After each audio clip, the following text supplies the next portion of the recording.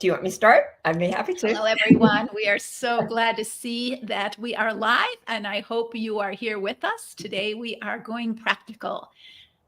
Hi, everyone from Texas. Good to see you. Here we go live on Instagram. Yeah. Take that few seconds to get that going. And if you have Here we joined us, go. let us know. Welcome, everyone. We are going to talk about something so practical today. You're going to love it. But what I would love for you to do is grab your pen, because you're going to want to write some things down. So grab your pen before we get started. We're going to be talking about ways that you can buy time, easy ways that you can buy time. How many of you have ever gotten caught like the deer in the headlights and somebody asks you for something like, hey, can you lend me some money? Or, hey, can you babysit my kids? Or, hey, can you come over for dinner? Or, hey, you want to go on vacation with us? Or whatever it might be. Might be a good ask. It might be a hard ask. Hey, do you want to go out on a date? And you're just like caught on deer in the headlights. You don't know what to say. You probably in your body want to say no, but it's hard for you. We've been talking about this. We've been talking about how hard it is for you to say no to someone, right? We've talked about what it costs you to say yes in a good way, in a bad way, what it costs you to not say no. Mm-hmm. And so we're going to give you some really quick, and actually you're going to give each other ways that you buy time. All right. So let's say that you don't want to say yes, but you don't feel comfortable saying no. All right. So you don't want to say yes, because if you know you want to say yes, then say yes. Right. Yeah, right. But if you don't want to say yes and your body is like reacting to a request, and it might be a perfectly innocent request. Hey, you want to go to dinner tonight? And you don't want to. you don't want to. Right. You're too tired. You don't have like, oh no, I have to go home and take care of my kids excuse right away. They know you don't have that excuse. Mm-hmm. What can you say to buy time? And I would love for you to put in what you would say to buy time in the chat, and we will evaluate those. And then we'll give you some things that you can say to buy time, and you can evaluate those. Mm-hmm. And then we're going to pick the best 3 at the end of our time together, and you're going to memorize them. All right. You're going to memorize them so that you are never caught unprepared. That when someone asks you to do something, they ask you for something like, hey, can you take over my shift for tomorrow? And you're like, I don't want to, but it's not like I'm working. I was planning to just relax tomorrow.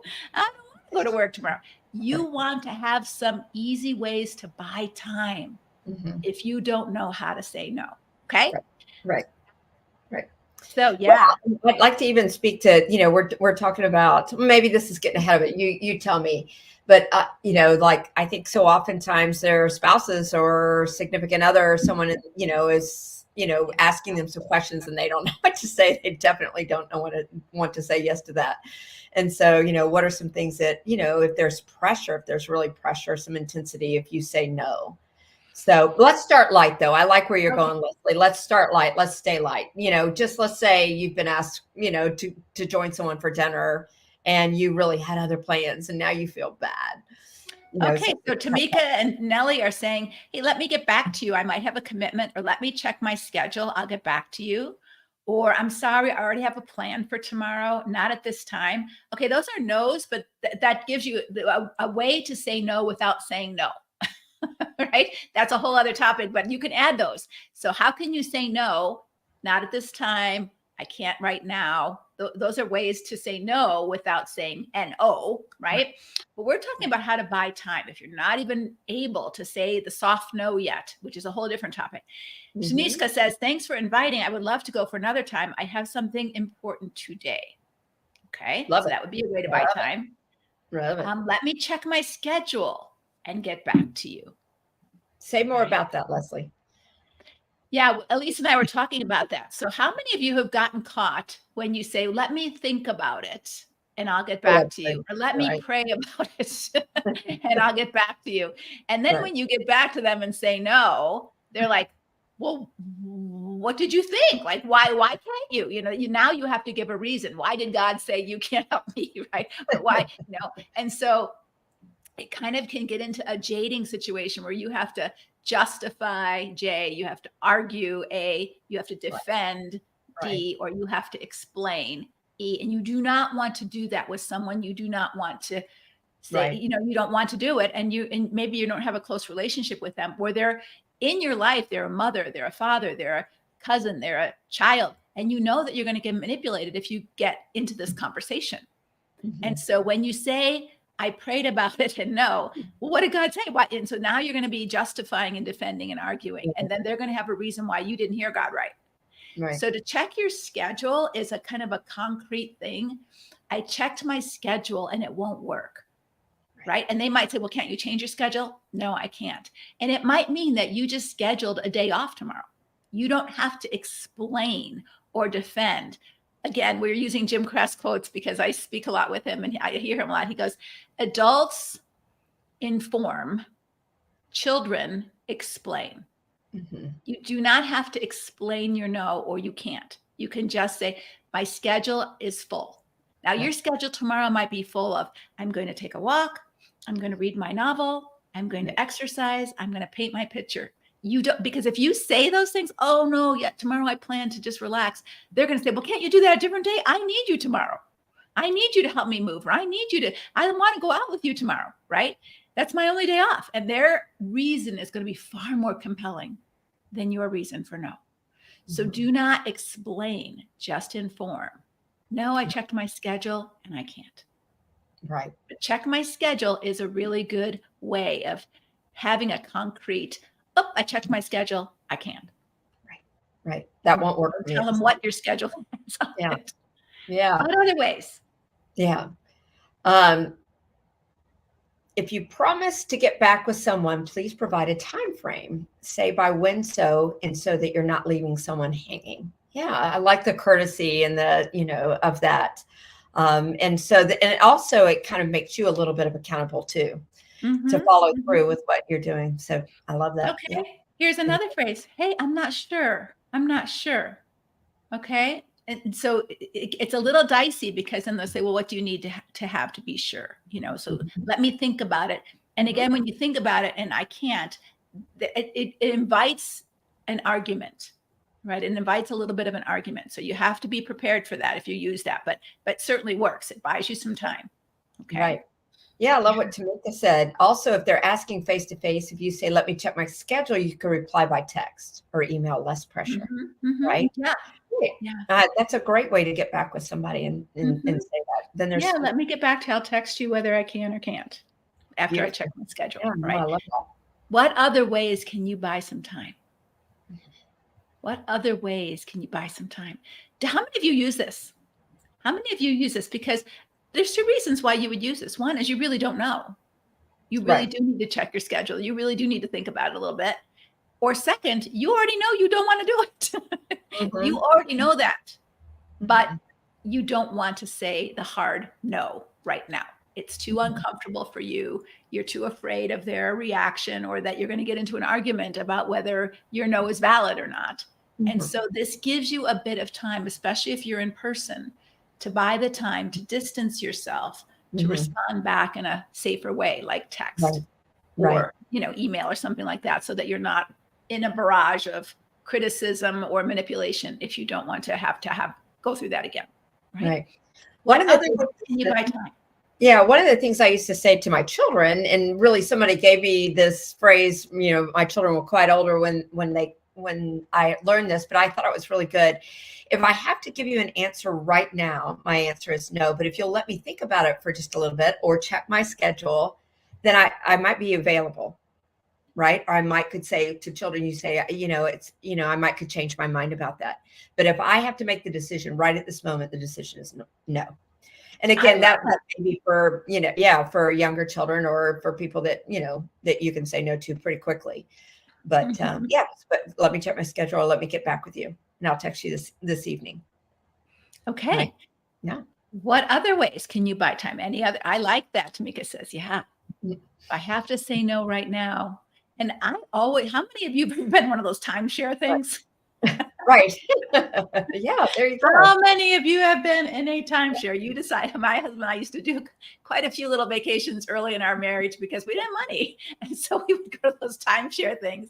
And Oh, they're so persuasive. They are Right. so persuasive. And we would have this deal that we would have to say no, even if we wanted to. We couldn't. We just didn't have the Right. money, but it Right. was tempting.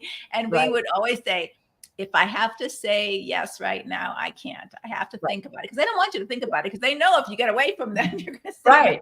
right? Sure. If you get Sure. away from the manipulation and the sales pitch, you're going to say no. And so it's a Right. great phrase if you're in a sales pitch kind of situation where you Mhm. are a captive audience and it's working. You are getting persuaded, right? Whether it's for life insurance or for a car or for a Right. timeshare, whatever, and you're getting persuaded. And to be able to say, if I have to make a decision right now, my answer has to be no, but I need some time to think about it because this may be something I do want, right? And I have to think about it. But you have to get away from the manipulator or the good salesman to really think through it more carefully. Right. Oh my gosh, timeshares. Yes, yes. Guilty, guilty.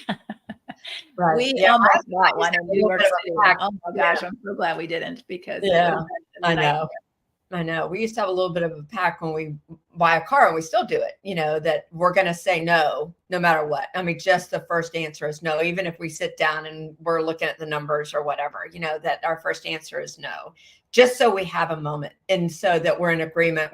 He's not like, yeah, let's say yes, or I'm saying, let's say yes. We've walked in already with that agreement to say no, because again, just like you said, that's their job to persuade us and to get us to buy. And of course they would want to persuade us. So How many of you, I mean, let's be real, ladies, how many of you have flipped on the channel to QVC and spent far more money buying something you didn't even know existed before you got on that channel, especially with makeup or jewelry or something or housewares? All of a sudden, the persuasiveness of the offer was too hard to say no. And so understand that about yourself, that exactly. both were persuaded easily, we're people pleasers.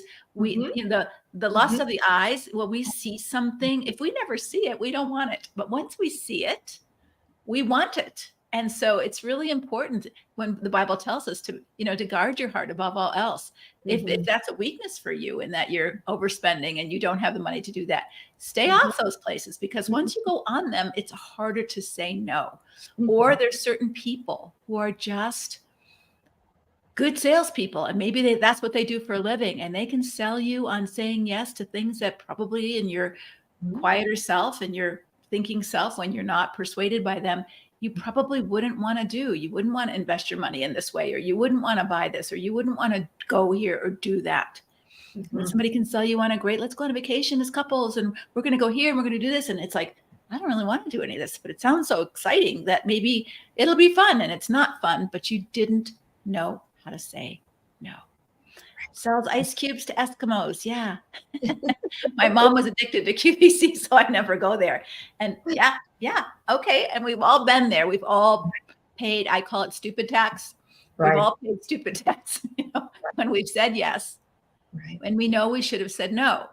And hopefully the stupid tax hasn't been traumatic, because sometimes there's been really bad stupid tax when you've been date raped or when you've been, Mhm. abused in some way because you trusted someone who you shouldn't have trusted, and Mhm. you didn't know how to say no.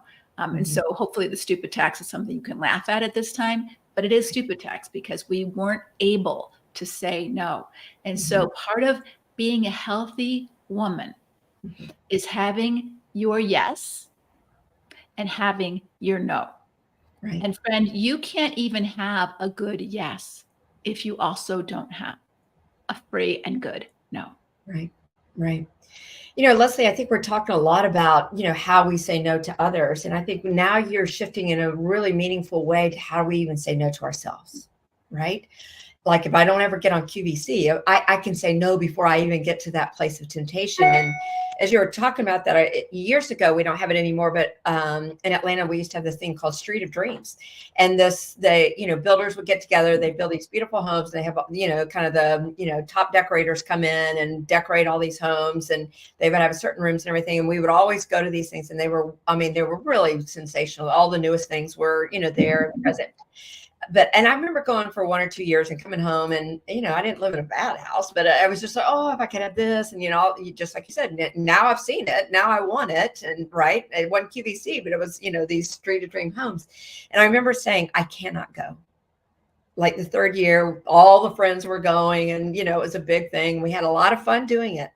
But I just realized, I had to guard my heart because my heart wanted it so bad once I was there, right? The prettiest wallpaper, the prettiest whatever is going on.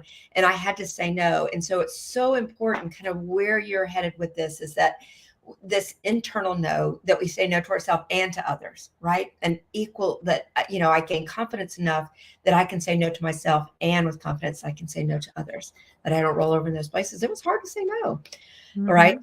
I really wanted to go. I really wanted to be with my friends, but no was the best answer internally, not just externally to others. So. Yeah. Robin says that it kind of, when we see things that we want, and there's nothing wrong with that. I'm not saying it's sinful, but if we know, for example, if we know that we're trying to watch our budget, then to put ourselves in a place where we're going to be tempted to blow our budget is unwise, right? If we have lots of money and we are decorating our house, go to that place. It's a great place to get ideas, right? Right. But if we know ourselves well enough to know, hey, I'm going to be really tempted there. Or if you're trying to stay away from alcohol, right, because it's bit you in the butt, then it's important for you to say, maybe I need to say no to that party where all my girlfriends are going to the wine bar, because for me to sit there and just drink water, probably I'm going to give in and drink a glass of wine or 5 glasses of wine. And that's not good for me right now. And so I need to say no to myself. I need to say no to ungodliness. The Bible tells us, it teaches us to say no to ourselves. That's part of self-control and self-discipline, that when we know something isn't good for us, whether it's not good for us forever or good for us right now, we learn to remove temptation. Because once temptation gets close to you, and this is this is a different topic, but once temptation gets close to you, like how many of you, for me, temptation is sugar, chocolate. I don't eat other kinds of sugar, but chocolate, it's in my house, it's going to go in my mouth. If it's in my house, it's going to get in my mouth eventually. And if it's in my mouth, it's going to get swallowed. I'm never going to spit out chocolate. So the closer the temptation comes to you, the more likely you are going to give into it. If it's not in my house, because I don't eat it during the day. It's like 7 o'clock at night. It's like, where's my chocolate? I'm not going to go out in my car and go to the store and buy something if it's not in my house. But if it's in my house, I'm going to find it and I'm going to eat it. How does it make its way in your house? I'd be curious, but no, I actually go out and buy it about 7 o'clock. I love almond M&Ms. So, and I've talked about that before, but boy, they really start. But if they're not there, sometimes I've gone and bought them, but sometimes I've said no, let's pass. And it's much easier for it to pass when it's not inside the house. But saying no to ourselves is really such that we have an internal no and an external no as well. Yeah. Rhonda says, it reminds me of the verse that says, if your eye causes you to sin, better to pluck it out than to continue. So what does that require? And I think we're going to go a little deeper right now. So we've given you some ways to say no, to buy time. But let's go just a touch deeper, because we're going to touch on this in our coaching week next week. Part of the reason that we don't have our strong no is that we feel insecure. We feel insecure. We don't feel confident in our no. We feel like that's selfish, or someone's not going to like me, or they're going to be mad at me, or they're going to be upset with me. And so I don't feel secure in who I am and what I'm to do, or what I like, or what I don't like, or what I want and what I don't want. Or even if I know those things, I am confident in those things, I feel selfish if what I want is more important than what you want. So if I want to relax tomorrow, if I want to relax and I just want to sit on my porch and finish my novel that I've been starting for the last 6 months, but I haven't had time because I've been so busy, and you call me up and you need me and you want me to help you, isn't it selfish of me to say no if all I'm doing is relaxing? What do you think? I think that's the deeper piece of it, is that we devalue. Not only are we in destructive relationships with other people who devalue us, but we devalue us. Like my need for rest isn't important as your need for me to help you with cleaning your house, or babysitting your kids, or taking you to the store, or having a 2-hour conversation with you over your troubles. Your needs are always more important than my needs. And therefore, I don't say no, because what I'm doing, if I were going to the emergency room, then I could say no. right? If I were having a heart attack, then I could say no. I Right. can't help you. I got to take care of me. But if it's Right. just sitting on the deck reading my book, that's Right. selfish. I'm not allowed to do that. I think that, and so the word ever is coming up for me at the end of that, phrase of what you're saying. I'm never allowed to take care of myself ever. Right. Because there's always something we can tend to, always. So that feeling can come up at any moment. And just like you said, I mean, all it takes is, just for a moment, somebody gives me a call. I mean, somebody calls every day. Somebody calls all the time. And no doubt in the work that we do, I mean, there's always an urgent need, and we love to tend to it. That's our heart's desire. But at some point, we have to press pause and say, I need to care for myself so that I can care for you, right? Which is part of the greatest commandment, as we talk about all the time. And I have a friend in my life who, and I think this is a phrase she uses, but she texts me, I would say almost every day, I need to talk to you.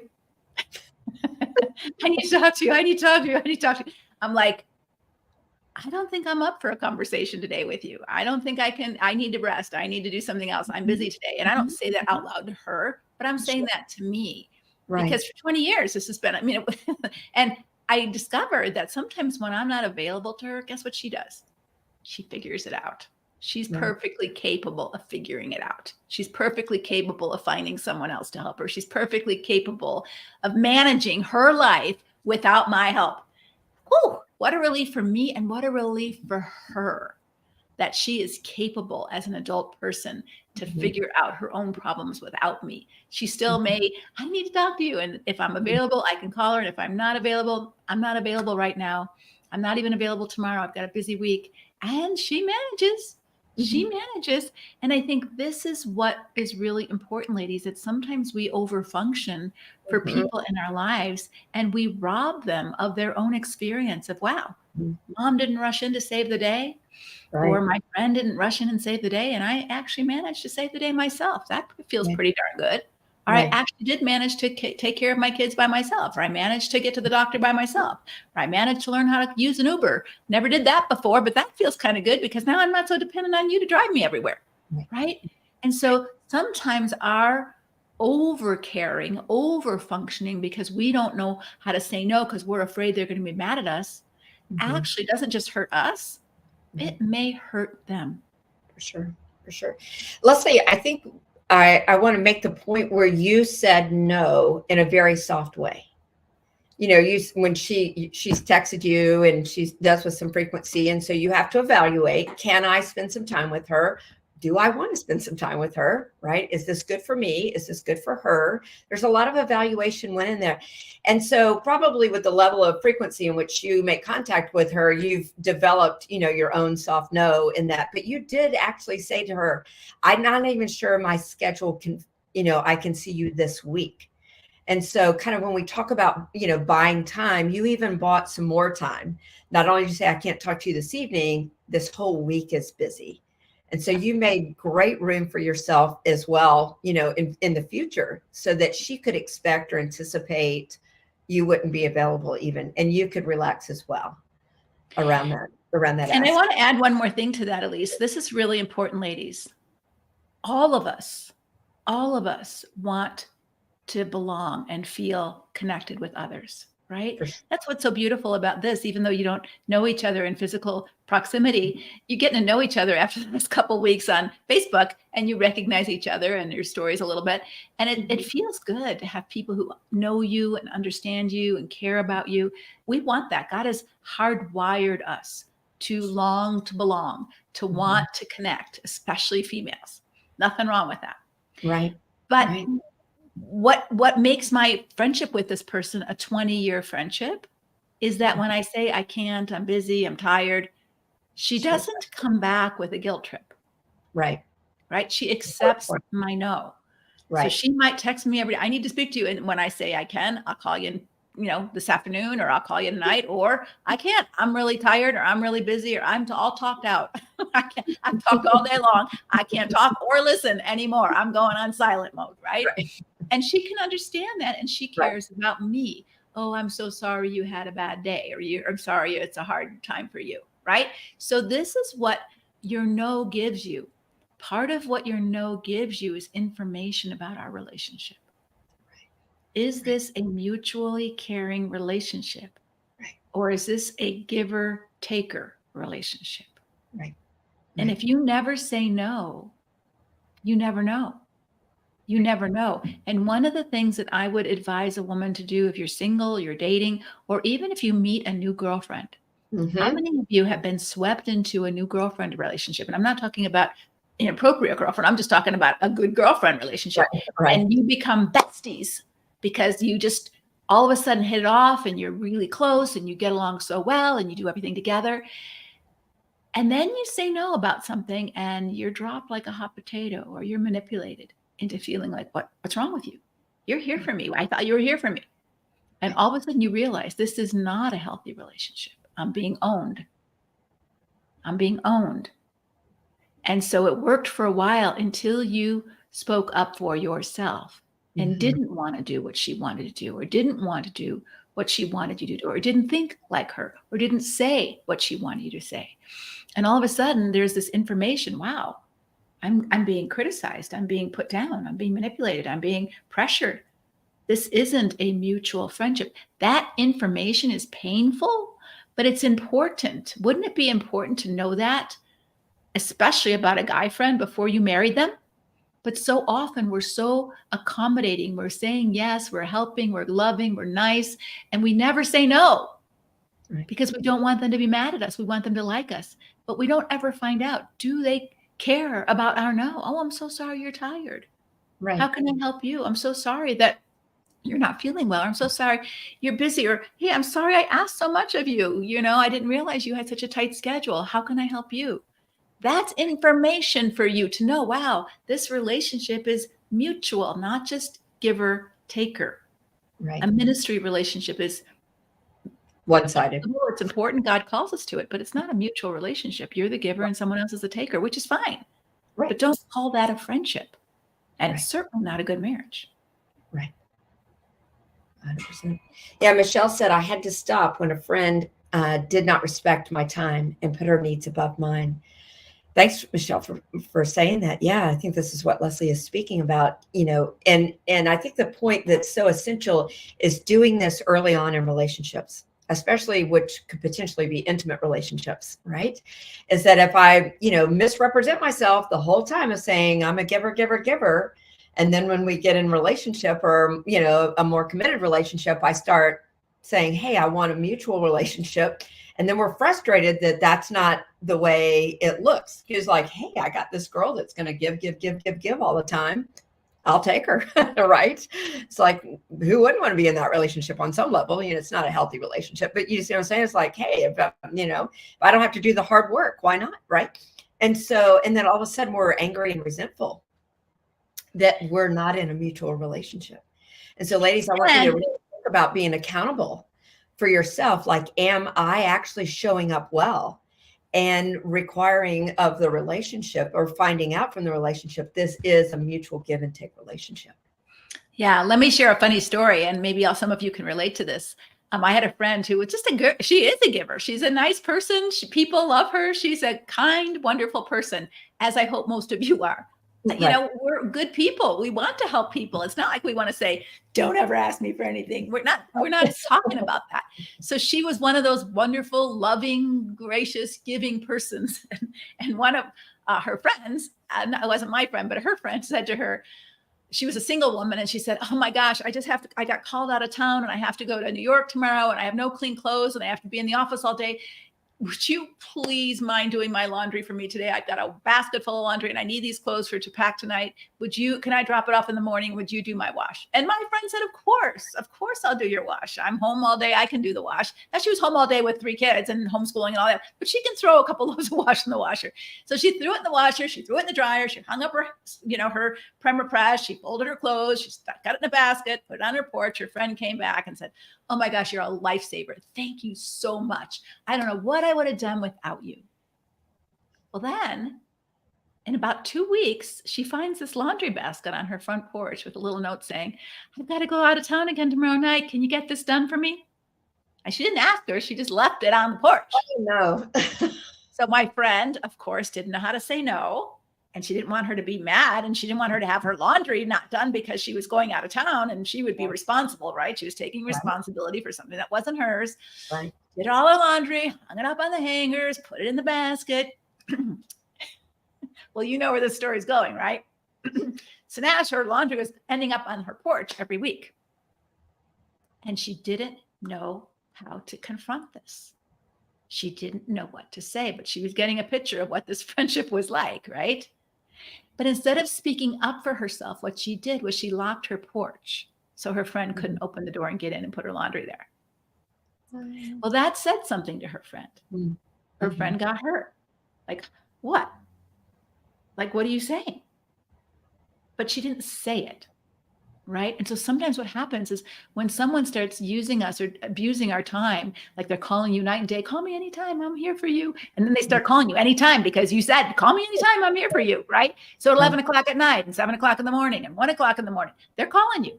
And pretty soon you're not answering your phone anymore because you're not saying no.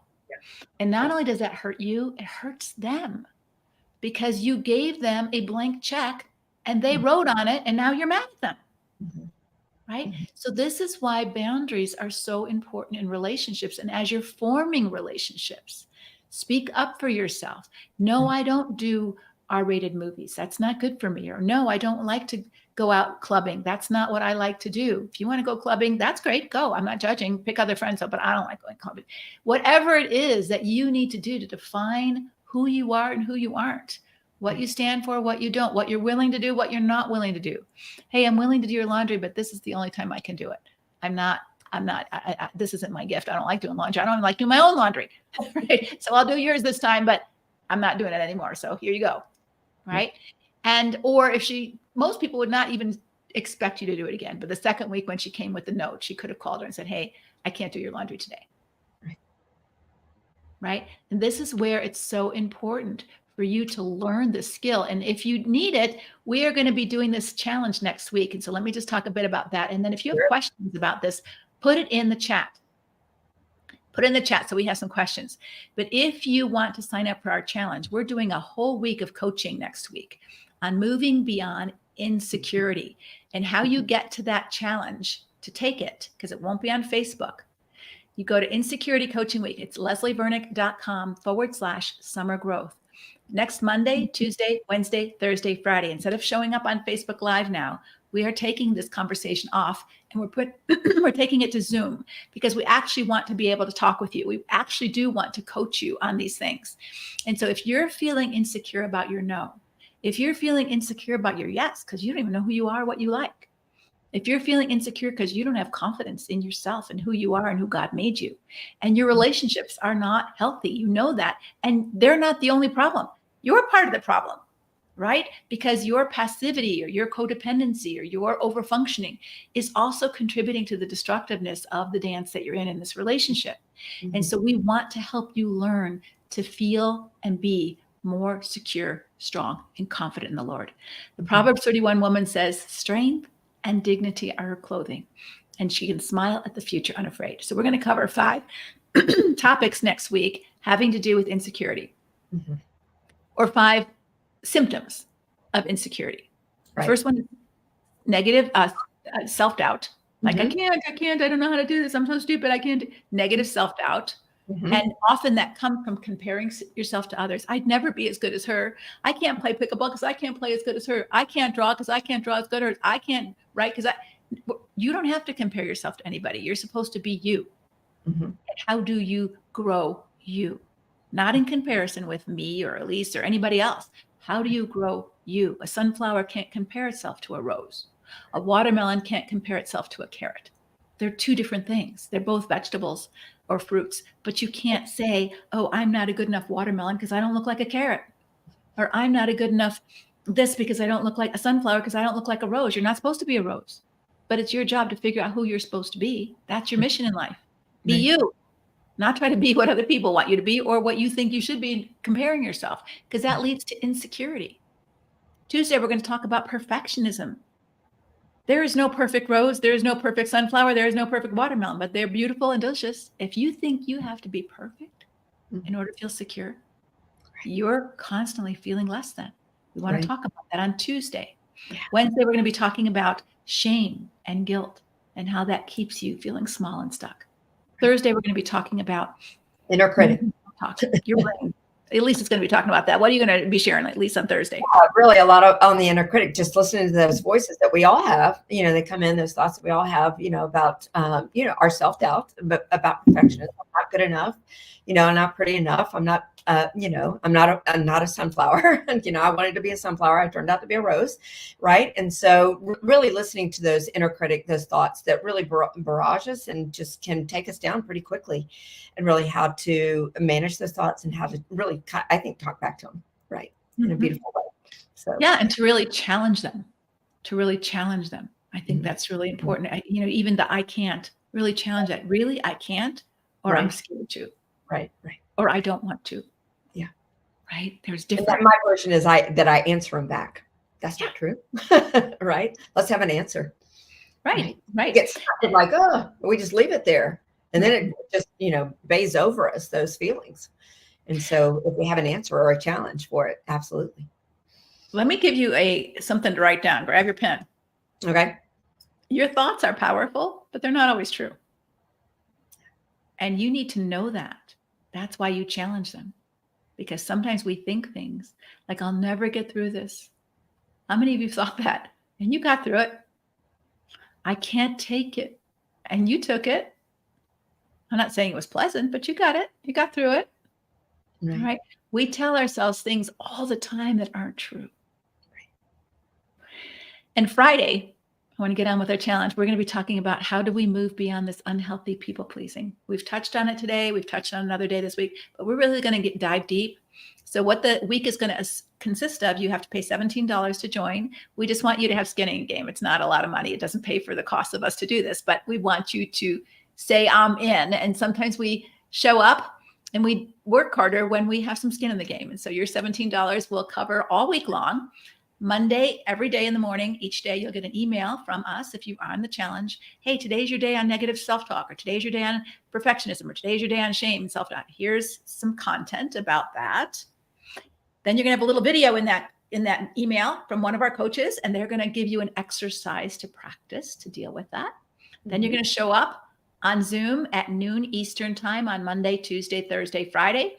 On Wednesday, it's going to be 3 p.m. Eastern time. We're going to have the Zoom link in there. You're going to click to the Zoom link. You're going to show up. We're going to do some extra role plays. We're going to answer Q&A. And when you practice the little thing that you got in your email, we want you to say, hey, what worked? What didn't work? Where do you get stuck in this? So that we can actually coach you through it. One-on-one, coach to person, so that we can do that. Will these be recorded? Yes. For your confidentiality, we want to do it in a very safe way. So we don't know who's showing up for the challenge. So we want to make sure that you know that you have to be careful with what you say. We are not talking about husbands in this challenge. We are not talking about marriages in this challenge. We are talking about you and your feelings of insecurity and how can you move beyond that. So we'll make you stay on the topic of the day. That's what we want to do our coaching around, not about something that someone did to you, but this topic. So we want you to know that ahead of time. And then the recordings will go in our private Facebook page, which is for members of this challenge only. So nobody can get into that page if you haven't signed up. And the videos for the Zoom calls will stay in there for 30 days, and then they will be deleted. So that's how the privacy issue will work. If you don't want to have your camera on when you are coached and you want to do it just through voice, we can do that as well. So that's totally up to you how you want to show up on Zoom. And we would love to see you there. There are so many women who struggle with insecurity. They can't afford personal counseling or coaching. They're told stuff, but they don't know how to put it into practice. When I became a Christian, I was told all kinds of stuff, like you're to do this, and you're to do this, and you're to be strong, and you're to be, and I thought, like, how? I don't even know how to forgive someone. I don't know how to forgive my mother. You tell me I'm supposed to, but how do I do it? I want to know the how-tos. And so much of my work in my 45 years of ministry has been teaching the how-tos, because I think there's lots of lofty goals. Like you want to lose weight, or you want to get healthier, you want to get mentally healthier, you want to stop being a people pleaser, but how? So this week is going to give you a taste of some steps you can take to move yourself closer to be a woman of strength and dignity, confidence, where you can smile at the future unafraid. You're not living in anxiety and self-doubt and insecurity all the time anymore. God doesn't want that for you. That's not his will for you. So I would love for you to sign up and join us. Even if you can't do it for every day, you can read your email every day. You can do the video every day. Even if you can't show up live every day, you can go into the Facebook page and watch the recording. The community will be in the Facebook page. And you're going to get a lot of tips every day on how to move beyond perfectionism, negative talk, comparison, people pleasing, and shame and guilt. Mm-hmm. Imagine how your life would be different if those things weren't anchors in your soul and spirit. Boat anchors. What would be different about you? Right. Yeah. Very good. Yeah. Thank you. Oh, Leslie, I look forward to it. It's going to be a great week. It really is. I'm excited about it. This is the first time we've ever done something like this. So forgive us if we make some boo-boos because we are doing this for the first time. And I think this is an example for you to see. Right. Things aren't perfect in life, and it's okay. You can still do things well. You can do things with excellence, even if they're not perfect. Right. Yesterday, my StreamYard went down. My whole computer crashed. And it just happens. Life happens. Right. I shared yesterday that I was taking a painting class and my paint instructor threw black paint on my picture, and he did it for a lesson for all of us. He said, now fix this, make something beautiful of this. And it was like, but you ruined my picture. Like I was painting a picture and it had beautiful reds and blues. And he just took a big swap of black paint, as big as this paintbrush like this. And he's going, and I showed it yesterday on Facebook and I did make something beautiful of it, but I wouldn't have put that black paint, but he put the black paint. Right. And the black paint actually makes the picture stronger. So sometimes God throws black paint on your picture. That you're trying to make this perfect little picture and God allows something awful to happen. And you're like, this is terrible. Right. Maybe it looks terrible. It feels terrible, but he's saying, what are you going to make out of this? How are you going to create something beautiful out of ugliness that I've allowed in your life to help you shine? You will be more beautiful after this. The picture actually looks better. I'll get it for you. How about that? Actually looks better after the black paint. I don't know if I'm done with this picture, but you'll see the black paint. So he took his paintbrush from here to here and put black paint all over it. All right. But I think it looks better. I didn't fix it. I made it into something else. But it looks better than it did. It has some emphasis there. Yeah. Right. It really does. Have the contrast. All pastels doesn't look good. All pastels is kind of too cute. Nobody too much sunshine, too much sugar. You kind of get tired of it, right? Yeah. Okay, that contrast is beautiful. I love the fact that, that shocking moment, like you just ruined it, right? It ruined my picture. I was so mad at him. Right. It'd be so easy to stay in that moment. But he said to you, you can do this. You can change it. You can make it beautiful. What do you want to do? Almost as you were saying earlier when your friend calls you with some frequency. When you aren't available, you really are saying you can do this. Yes. Right? You have it within you. Right? And so he did something to me that I wouldn't have done to it. Right? And so sometimes God knows that we will never do hard. Right. So he pushes us into hard. And we think, why are you doing this to me, God? Because I want you to grow. My teacher wanted me to grow as an artist. He wants me to figure it out. He wants me to learn how to deal with messy painting because, of course, you're creating messy paintings that you don't like at first. How do you fix it? Right. How do you fix what you don't like? Right. If you don't have those skills, whether it's in painting or in life, how do you fix a day that you don't like? Right. Did he leave it all up to you, Leslie, or did he begin to give you a few how-tos? Well, I've been taking the class, so I had some how-tos, but I just wasn't planning to use those how-tos. Okay. But that was all up here. Right. Right. And so it forced me to practice the how-to. Like Okay. we know, I'm supposed to forgive. And then when someone betrays you, now you have to learn to actually do it. Right. Right. We know we're supposed to have a no and speak up for ourselves. And you've been here with me for a while, but someone pressures you this afternoon. And I was like, I need to sign up for that class. And now I have to actually learn how to do it and be okay inside. Right. And You that's know, God's lessons for you. right. I mean, as you say that, okay, inside, that really resonates because so often when we talk about like how to buy our no, how to buy a little time so we can say yes or no, what is the answer we do want to give? Is that feeling I'm okay inside? Because what happens is we feel like if we say no, then we begin to collapse inside. Right. And so Mhm. learning to practice to say that no. And I remember early on, kind of working with you, you used to say, I want you to say no to people that don't matter to you on some level, right? As all Mhm. people matter, certainly, but the waitress, and we're going to be kind and polite, but like, will you take this back? It's not how I wanted it. No, this isn't okay. And I remember working with somebody who would not return something that she purchased. And I said, well, what? You're just going to keep it? Like it's not working for you. And that she didn't have the kind of the internal wherewithal to say, to get that rejection, which, from somebody that she didn't even know. Or Right. And I said, disapproval. Yeah. well, Mhm. that disapproval. And I said, all right, we're going and I'll do it, but you're going to stand right next to me. Like, I'm going to show you how you do this and walk away and be completely okay. Right.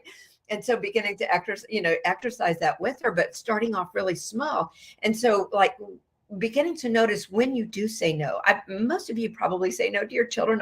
Hopefully you do, that you haven't spoiled them with all your yeses, but that you're saying no in small ways. And so look for places of, opportunity that you say, no, no, thank you. I didn't want that. Right. Or I'm okay. Like sometimes getting on the elevator, I don't want to get on with 10 people. I'm okay. Right. I can ride by myself. I'm like, no, I'm okay. Right. I don't know those people. I can say no, even though it feels Yeah. awkward for just a moment. I'll tell you something I did recently that really made me feel proud of myself. If Okay. you, some of you have heard my drunk story where the person Yeah. who was driving intoxicated and I sat in the back seat and I allowed that to happen because I didn't have my no, I won't drive with you this way. This was a long time ago. So I was at Lisa's event, Lisa Turkhurst's event, and the driver who was driving me to the airport was driving fast, and that's fine, but he was texting on his phone while he was driving. And it made me feel very anxious in the back seat. And I thought, oh, what am I? And it reminded me of that episode because I sat like a duck in the back seat, and I thought, if I get in a crash and I don't speak up, I'm going to be really mad. So I just said to him, "Excuse me, you're probably a really safe driver, but it makes me feel really unsafe for you to text while you drive. Mhm. Can you Mhm. please put that away?" And he Yeah. did. Yeah. And he didn't give me any attitude. And I Right. didn't give a rip about what he was thinking about me in his head. I didn't give a rip. I thought to Right. myself, you Right. did it, girl. Good for you. You spoke up for yourself and you didn't worry about Right. what he was going to think. I Right. just said, I'm not putting myself in this situation if I can help it. Now he could Right. have said, I'm texting anyway, get out of the car. Of course he wouldn't have done that as a professional. Right. And he was Right. very good about it. But I just wasn't going to drive in that car with him texting. And so Right. I think these are moments where I didn't feel insecure. I felt really proud of myself Mhm. that I was Mhm. able to take care of what I needed. I needed him to put that phone away so I Mhm. could feel safe. Mhm. And this is where we need to learn to do it. How do we do it? Sometimes you just have to do it. And Right. we're going to teach you how to do it in next week's script. We've got a couple questions I want to get to, Lise. Okay. Okay. So, like your friend with the laundry, my sister-in-law used to leave town and would call after already leaving and say, hey, we're going to be out of town for a few days. You need to feed my dogs. Oh How my. do you say no when they don't ask? So I'll answer that real quick. I would feed the dogs because I wouldn't let the dogs starve. But I would say to them when they came back, hey guys, next time you go out of town, you're going to have to find someone to feed the dogs because it makes me really uncomfortable when you call me and tell me you already left and expect me to feed the dogs. And if I had other plans or if I had plans to go away, that would wreck that because I wouldn't be able to leave your dogs unfed. So I really want you to make other arrangements. I don't want to be responsible for your dogs. I love your dogs, but I don't want to be responsible for your dogs. You need to be responsible for your dogs when you go away. Mhm. And that's a hard conversation. And I want to acknowledge that's hard for all of us, that, right? But it's a must. Otherwise, resentment begins to build up, right? And now we're at high risk of ruining the relationship because at some point, I don't know about y'all, but if I allow that to brew and brew and brew and brew, blah, by the time it comes out, it's not in a kind way. And one of the things that I noticed, Leslie, when you said, because you didn't sit in the back seat and just begin to get more and more panicked and more mad that he's driving fast and texting. You actually started your when you asked him, you said, I think you're likely a very safe driver. However, and then you really came to him For with, me, this is what I need. Mm-hmm. this is what I need, right? And so, even starting that conversation with, in a way that says, I'm happy to take care of your dogs if I am available and informed, right? Love taking care of your dogs. I'm always, I'm willing to take care of your dogs. I can't take care of your dogs under this thing that we have going on that's just you can leave them at any time and just expect me to do it. I don't think I would say all those words, but right. So love to take care of your dogs. We'll always take care of your dogs if I'm available. But I think when you make the assumption that I'm available, can't do that. Right. So this is really important. I think Lise made a really good point, and I'm going to just nuance it a little bit. When you speak up for yourself, say what you need versus what they're doing wrong. Yes. Right. So I could have said, don't you know that texting is dangerous? Put that phone away. Right. I could, and he probably would have been snarky back. Right. Because I'm an adult telling another adult what he can or cannot do. And that's not my place. But what I did say is, you're a good driver and I'm feeling unsafe. Could you please put your phone away? Right. So I was speaking up for myself in what I needed. I need you to put your phone away in order for me to feel safe. I'm not telling him what to do. I'm asking him because this is what I need. Same with the friends. Hey, I need some notice if I'm going to care for your dogs. I really love your dogs and I'm happy to take care of them. But I need some notice. When you left town and just assumed that I was free, that made me very anxious, because what if I wasn't free? Right. Then what would happen to your dogs? Right. So I need you to give me notice so that I can decide whether it's I'm free to take care of your dogs or I'm not free and you need to make other arrangements. Please don't ever do that to me again. Right. Yeah. Sure. Okay. One more question. Last week, I shared about how I've been paying my husband's bills our entire marriage and asked, how on earth do I push back? You kindly role-played an answer. I did. I remember that. I want to hear the update. So let's see. As an update, this Monday, I was laid off. I had listened to your role play many times in preparation for having that discussion with him. I took this opportunity and told my husband now he has to take back his bills. I asked him to step up and get a job to help since I won't have an income in potentially 2 weeks. He flat out said no. He wants to wait for a job that can help his resume and said it's easier for me to find another job. I gave him till July 1st, but he disagrees. So how do I say no this time when there are a lot of pressures and guilt trips? I am truly past my limits now. I think I think she's trying to set a boundary. I gave him until July, then I'm going to do that. I think if you said July, I think you need to stick with July. Like, what's your next step that you will do? Because he said no, doesn't mean that you can't say no. Right? Like you said no. And what will it take for you to continue to walk that out? Right. And so indeed I've told you after July, and it may be easier for me to find that. However, I'm not willing to do it past July 1st and then walk that out. Yeah, I don't know how safe you are or whatever, if he has access to your checkbook, things like that. But if you're paying his bills, right, your no is no, I'm not going to do it. He might say you still have to, but do you have to? Do you have to? Or is it still, he can manipulate you into feeling guilty or pressured or unsafe. And so, if someone's holding a gun to my head, I'm writing a check, I'm paying their bill. But then I'm not living with them. I'm not trying to partner in a marriage. I'm getting out of there as fast as I can. Right. So those are the levels of danger that you have to look at, of how compliant you need to be when you're being coerced. But what he's saying to you is, my feelings are more important than yours. My needs are more important than yours. You're just the worker. More important. Yeah. My resume is more important than yours. My career is more important than yours. So you just be the slave, and I get to wait until the ideal job comes, and you're supposed to support me. That's his mindset toward you and your role in his life. So that is far more concerning to me than just who pays what bill. Right. So I would say to you that not only are you exhausted financially from carrying the whole weight, but that, that verse in Galatians where it says, bear one another's burdens, and thus fulfill the law of Christ. Yeah, I want to help my friend who needs me to do her laundry once in a while, but I don't want, but each one should carry their own load. And so Right. we each have our own load of life to carry. And when you're asking me to carry your life load because you don't want to carry it, that's not okay with me. And I think this is where we have to learn to grow in our discernment of what's something that I'm doing because someone can't do it for themselves and I'm being generous and kind, which is a good thing. Right. Or what am I doing that's actually enabling their dysfunction, whether it's dysfunction of selfishness or the dysfunction of laziness or the dysfunction of entitlement. What am I doing that is allowing that to flourish? Right. Right. Yeah, Leslie, as you say that, I really, 2 or 3 situations that we've brought up today, examples that we brought up, really have this underbelly of entitlement. This situation has an underbelly of entitlement. The woman who put her clothes on the, like the one time it felt like a great ask, and the friend said, "Oh gosh, I want to be helpful, of course." And then after, pretty quickly, it was an entitlement. I'm going to be late, so you can do it, so do that. I'm entitled to leave my dogs at any point in time, and you need to be available for that. Right. And so we never want to be saying yes to entitlement, right?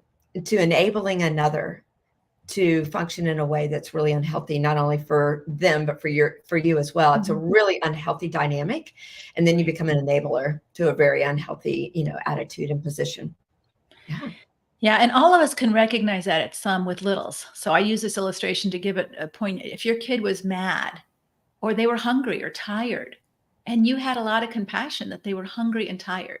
Let's say they were tired and hungry, and they were bad, hangry, and they're having a fit, and they're 2 years old. Okay, so they're immature, hangry. You have a lot of compassion on them, and in that process, they're kicking you in the shins because you're trying to hold them, and they're kicking and hitting you. I hope you would say, "I understand that you're hangry, and you may not hit mommy." Right? There is what they can do and what they can't do. What you will allow, I understand, and what you will not allow. Because I'm enabling you to say, it's okay to hit mommy when you're hangry. It is not. And your husband's a big version of that. It's okay for you to be irresponsible because you don't have your ideal job. That's not what God's word says. Right. No? So he might have to get a less ideal part-time job to pay his bills while he's waiting for his ideal job. Right? Not expect you and suck you dry. Right. So I think those are the things that you have to think through so that you're not enabling his dysfunction to flourish, not only not to enable you to get worn out and sucked dry. Right. Yeah. So you might do some reflective listening at that moment as well. Like, so what I think I hear you saying is that I should be paying your bills when you're capable. He would say, yeah. Yeah. I'm not willing to do that.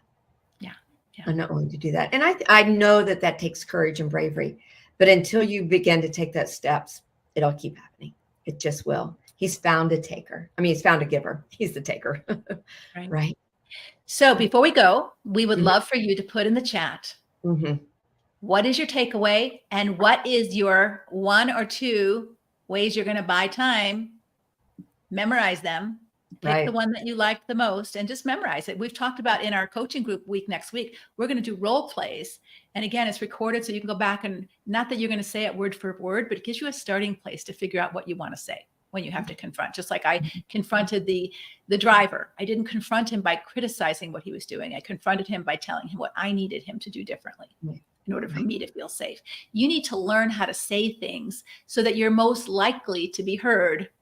Right. And you want to be able to do that. And so we're going to teach you how to do that. But you have to write those things down and then you make them your own so that you can practice them so that when it comes, okay, this is what I want to say, even if I have to read it. Even if I have to read it. Sometimes I had confrontations with people and I'd have to write it down and I would read it to them because I wanted to say the right thing in the right way.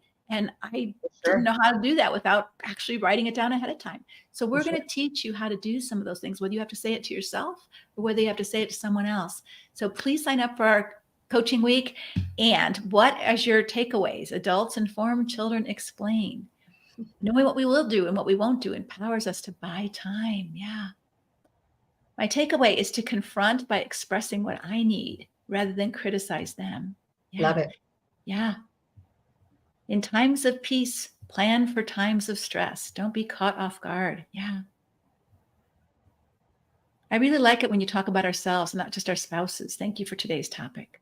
Mm. Your thoughts are powerful, but they aren't always true. Absolutely. Good, good. It sounds like you got some good takeaways, and write down what you are going to say when you need to buy time. Hey, I'll get back to you. I need to check my schedule. That's my favorite one. All right. Let me get back to you. I need to check my schedule. Let me check my calendar. Right. And that's a good way to buy some time until you can calm down to think about, hey, I checked my calendar. I'm not free. What are you doing? Yeah. That's what's going to happen. And you're going to have to think about how you're going to respond to that. And we'll teach you how to do that next Friday in our challenge, when they challenge your I'm not available. What are you doing that's more important than what I need is what they're going to ask. And you need to know how to answer that, plan for it so that you know what you want to say. Okay. Thanks so much, Elise, for being with us. We're going to close for today. God bless. And we'll see you tonight. Tonight, we're talking about, do you gaslight yourself? Do you gaslight yourself? No, I don't feel what I feel. I don't know what I know. We're going to talk about that tonight at 7:30 with Coach Diana. So please show up for that one. All right. Thanks. Love it. Take care. Thank you. God bless. Bye-bye.